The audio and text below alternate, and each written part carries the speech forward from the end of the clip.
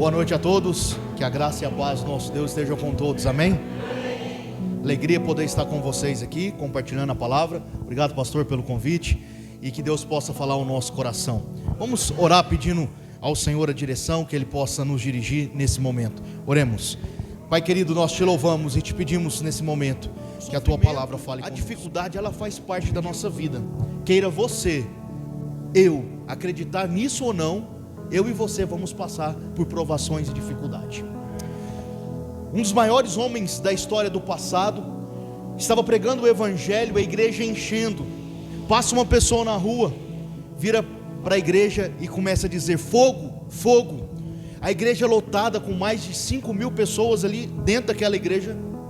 Eles ficam apavorados, e ali naquela noite morrem 5 pessoas pisadas. O pregador, vendo o avivamento de Deus, começa a sofrer com aquilo. Ele desenvolve depressão e outras doenças emocionais por causa daquele episódio. E aquele homem lutava diariamente com Deus.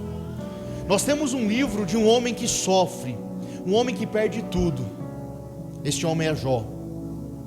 Este homem perdeu tudo. Este homem teve que lidar com o sofrimento e lidar com a dificuldade.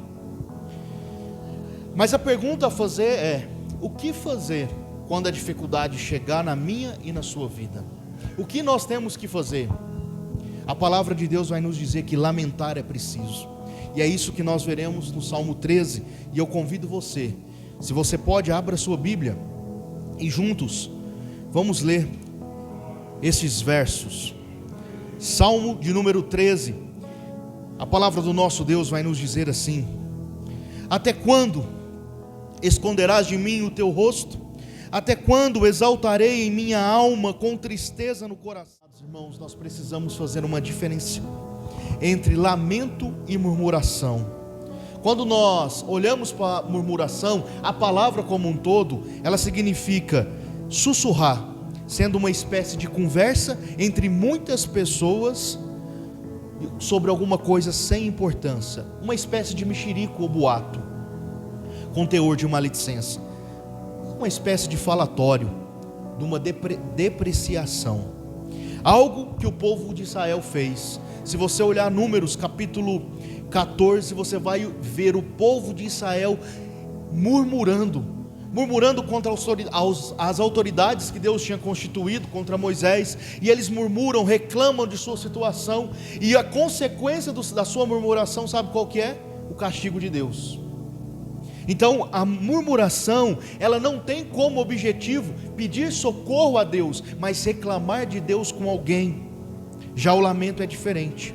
O lamento é direcionado para Deus com fé, que somente Ele pode socorrer o seu coração, somente Ele pode trazer alívio ao seu coração. Lamentar não é reclamar. Lamentar está no indivíduo que sabe da sua situação e chega a Deus com seu coração aflito e contrito diante dele. Lamentar é preciso em momentos de dificuldade, em momentos diante de Deus. E a pergunta que eu faço a mim e a você é a seguinte: nós temos chegado diante de Deus com sinceridade? Nós temos rasgado o nosso coração diante de Deus, apresentado a Ele a nossa súplica, o nosso sofrimento, e perguntado para Ele: até quando isso durará? Será que eu e você chegamos com ousadia diante do trono da graça, clamando por socorro, clamando por ajuda, clamando por auxílio? Ou será que nós estamos murmurando para as pessoas sobre os nossos problemas? Será que nós estamos falando para os nossos vizinhos, para os nossos amigos, para as pessoas que estão em volta de nós sobre os nossos problemas? Essas pessoas, embora possam nos ouvir, mas elas não podem nos ajudar, porque o único que pode nos livrar do nosso sofrimento, da nossa angústia, é Deus. E é por isso que eu e você precisamos chegar diante de Deus e rasgar os nossos corações com sinceridade diante de Deus, porque só Ele pode te ouvir, só Ele pode resolver o seu problema. Mas para isso acontecer, você precisa chegar diante da presença de Deus. A primeira lição que nós aprendemos nesse texto é que nós precisamos rasgar os nossos corações diante de Deus. O que tem perturbado a sua alma? É a perca do emprego?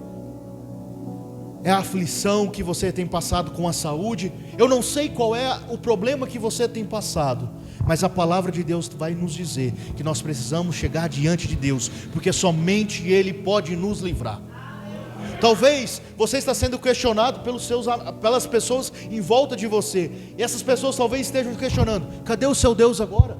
Você perdeu o emprego? Cadê o seu Deus para providenciar outro? Você está com problema de saúde? Cadê o seu Deus? Talvez você esteja assim, mas o que a palavra de Deus vai nos dizer é: não importa o que as pessoas, ou o texto aqui vai dizer, os nossos inimigos vão dizer, nós temos um Deus que é fiel e cumpre as suas promessas. Por isso nós precisamos chegar diante dele com sinceridade, rasgando o nosso coração, clamando por socorro, porque somente ele pode nos livrar. O texto continua, no verso 3 vai dizer: olha para mim e responde-me, Senhor meu Deus, ilumine os meus olhos para que eu não durma o sono da morte, para que o meu inimigo não diga: prevaleci contra ele, e não se alegre os meus adversários se eu for abalado. Nessa segunda sessão nós temos um homem que apresentou o seu problema, mas um homem que pede por socorro, um homem que reconhece que somente Deus poderia animá-lo, somente Deus poderia dar a vitória para ele sobre os seus inimigos. Então ele começa e diz: olha para mim e responde-me. E tem uma palavra importante aqui: Senhor meu Deus.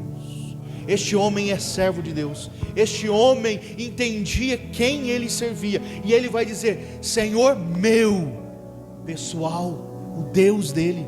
Ele não vai dizer: ore por mim para que o seu Deus tenha compaixão para mim. Este homem está dizendo: Senhor, tu és o meu Deus, tu és o meu refúgio, tu és o Deus no quem eu confio, então olhe para mim e responde-me, ouve-me.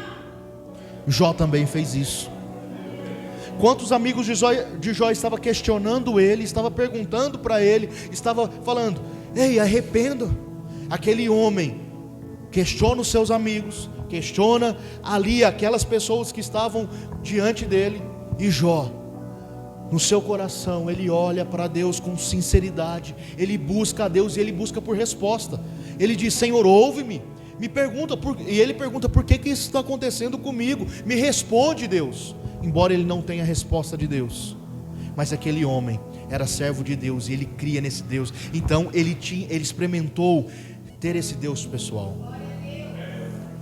e ele pediu socorro. E ele vai dizer: ilumine os meus olhos para que eu não durma. A ideia aqui de não durma é porque eu não venha a morrer. E ele vindo a morrer, os inimigos dele iam triunfar em outras palavras, sobre aquilo que estava acontecendo com ele. Então ele pede para o Senhor a seguinte coisa: me revigora, me dê forças, me dê ânimo, para que os meus inimigos não olhem para mim e debochem de mim, consequentemente por causa da minha fé. Me reanime, Senhor. É isso que o salmista está pedindo. Ele está pedindo socorro de Deus, ele está pedindo para que Deus dê vigor a ele, e para que os seus inimigos não o questionem, e para que ele não venha a ser abalado. Aqui nós temos a segunda lição desse texto. Meus amados irmãos, nessa segunda lição nós temos um grande aprendizado. O primeiro aprendizado nessa segunda lição é que nós aprendemos com o salmista que Deus, ele é pessoal, ele é o nosso Deus. Embora estamos todos aqui louvando, cantando juntos, mas você precisa experimentar esse Deus individualmente, porque esse Deus aqui individual é o Deus que vai estar com você no dia a dia.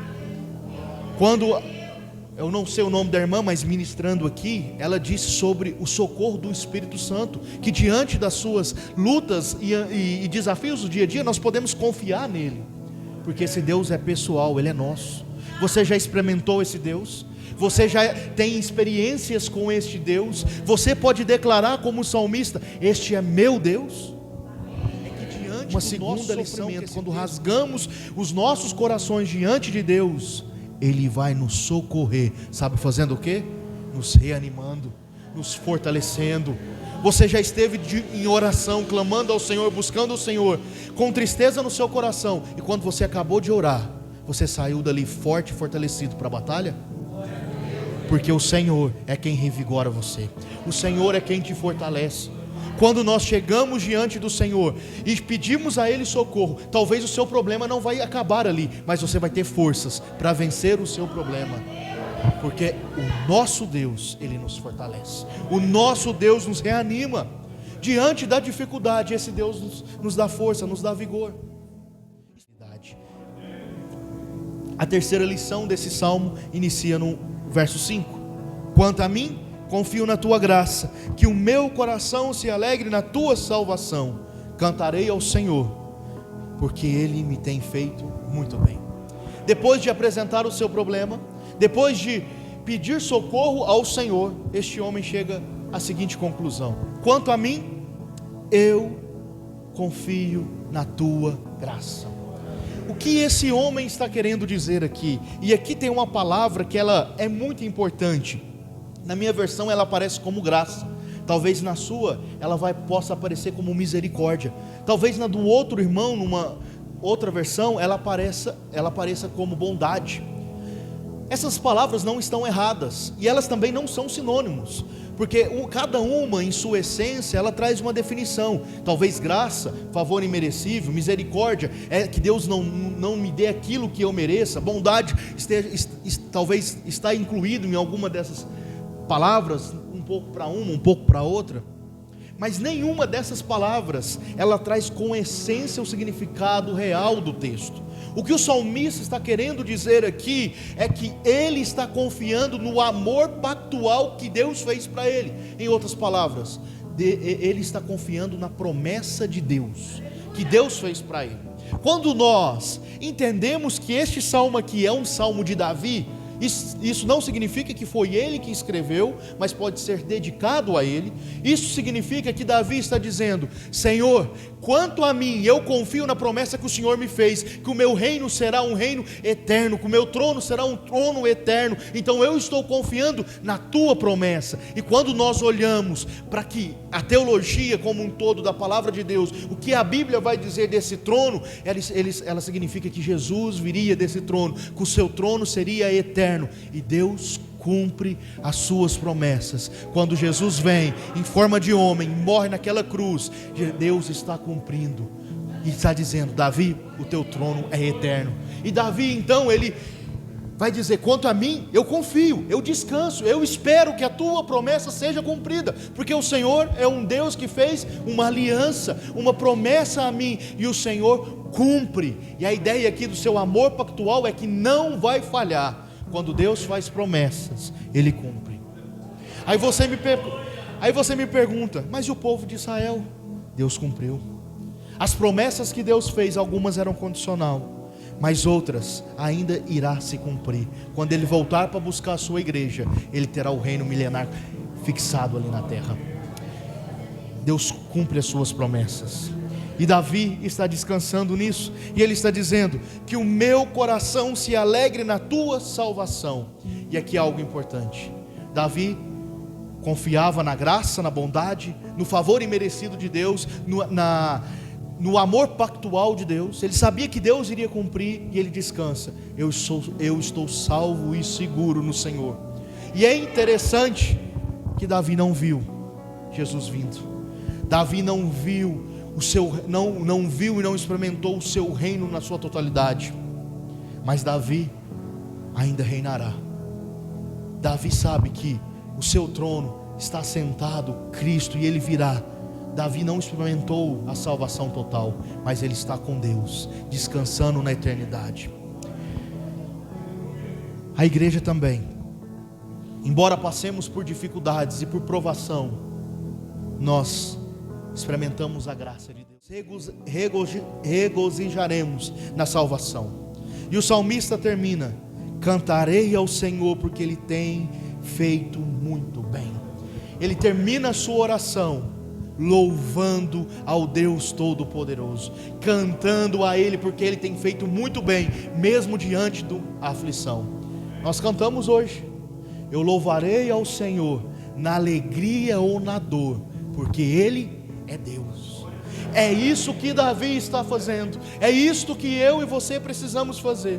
E aqui nós temos a terceira lição do texto: Quanto a nós temos confiado na graça de Deus, nós temos confiado em Cristo Jesus, que veio em forma de homem, e nós temos descansado nele, porque ele veio para nos promover a graça, o favor imerecido diante de Deus. Você já experimentou o amor de Jesus? Você tem descansado nesse amor de Jesus? Você tem vivido no amor de Jesus? O amor de Jesus é a manifestação da graça de Deus, é o que nos anima, é o que faz com que eu e você andemos neste mundo, mesmo diante do sofrimento. É isso que Pedro escreve para os irmãos. Ele vai dizer: vocês são forasteiros e peregrinos aqui. Sabe a perseguição que você está enfrentando? Descanse, porque haverá um tempo em que Jesus voltará e vocês não sofrerão mais. Porque esses irmãos, tanto do Antigo Testamento quanto no Novo Testamento, quanto nós hoje, precisamos confiar na graça de Deus, confiar em Cristo. Deus, Ele não deixa as suas promessas para trás. Ele cumpriu. Cristo é o cumprimento da promessa de Gênesis 3,15. Em Cristo nós temos remissão dos nossos pecados. Deus não falha, Deus deixou Cristo. Por isso eu e você precisamos confiar em Cristo, somente em Cristo, porque Cristo pode e Ele nos dá a vida eterna. Que o nosso coração se alegre na salvação. A salvação é a segurança que Ele nos dá, no ato que Ele fez na cruz do Calvário. Nós temos segurança que os nossos pecados foram perdoados em Cristo. E o que isso significa? Que a salvação não nos isenta dos problemas aqui. Talvez eu e você podemos ter aflição para o resto da vida, mas haverá um tempo, haverá um momento específico. Sabe o que vai acontecer? Não haverá nem dor, nem planto, nem tristeza, porque nós estaremos na eternidade com Cristo Jesus, reinando com Ele para sempre, porque isto é a salvação. Amado irmão, se a aflição ela tem afligido o teu coração, ela tem trago angústia, chegue diante de Deus, apresente o seu problema, Ele vai te dar o vigor. Mas talvez você não vai ficar livre do seu problema, mas você tem a esperança que um dia, você não vai ter mais angústia, você não vai ter que lidar com tristeza, você não vai ter que lidar com morte, porque todas as coisas vão se cumprir em Cristo Jesus, porque Ele fez um amor pactual conosco na cruz do Calvário. Amém? E qual deve ser a nossa reação? Cantarei ao Senhor, porque Ele tem me feito muito bem. A nossa reação diante de tudo isso é louvar ao Senhor, é cantar a Ele, porque Ele é digno de todo louvor e toda a honra. Quando nós olhamos para Romanos 8:28, sabemos pois que todas as coisas contribuem para o bem daqueles que amam a Deus. A aflição também faz parte de todas as coisas. E quando nós entendemos isso, nós vamos louvar ao Senhor. Sabe o que Jó faz no final do seu livro? No capítulo 42, dali tem uma música que surge. Ele vai dizer: antes eu te conhecia de ouvir falar, agora eu te conheço de contigo andar. Este homem está louvando e engrandecendo ao Senhor. O apóstolo Paulo engrandeceu ao Senhor. Ele passou por uma tempestade, o navio se afundou. Ele sobrevive, chega na praia, vem uma víbora, morde ele. E as pessoas olhando para ele vai dizer: este homem é um sanguinário, certamente ele vai morrer. Aí eles esperando que Paulo caísse, Paulo continue firme. Aí o texto vai dizer: e os bárbaros, vendo que ele não caía, disseram: este é um homem de Deus. O sofrimento na minha e na sua vida vai fazer com que Deus seja glorificado. Amém? Que Deus nos abençoe, que possamos chegar diante do Senhor com sinceridade, que possamos pedir que Ele revigore as nossas forças, que possamos confiar na Tua graça, que possamos cantar ao Senhor, porque Ele tem feito muito bem. Que o nosso Deus nos abençoe, e eu agradeço ao pastor pela oportunidade. Ajuda, Pai. Nós caminhamos mais um dia, nos ajuda a caminhar mais um dia, em nome de Jesus. Em nome de Jesus. Receba a força do céu. Receba a força que você precisa. Receba a força que você necessita nessa noite. Não para não. Não desista não. Continua firme na palavra. Continua firme orando. Continue firme clamando. Continue firme. Continue firme.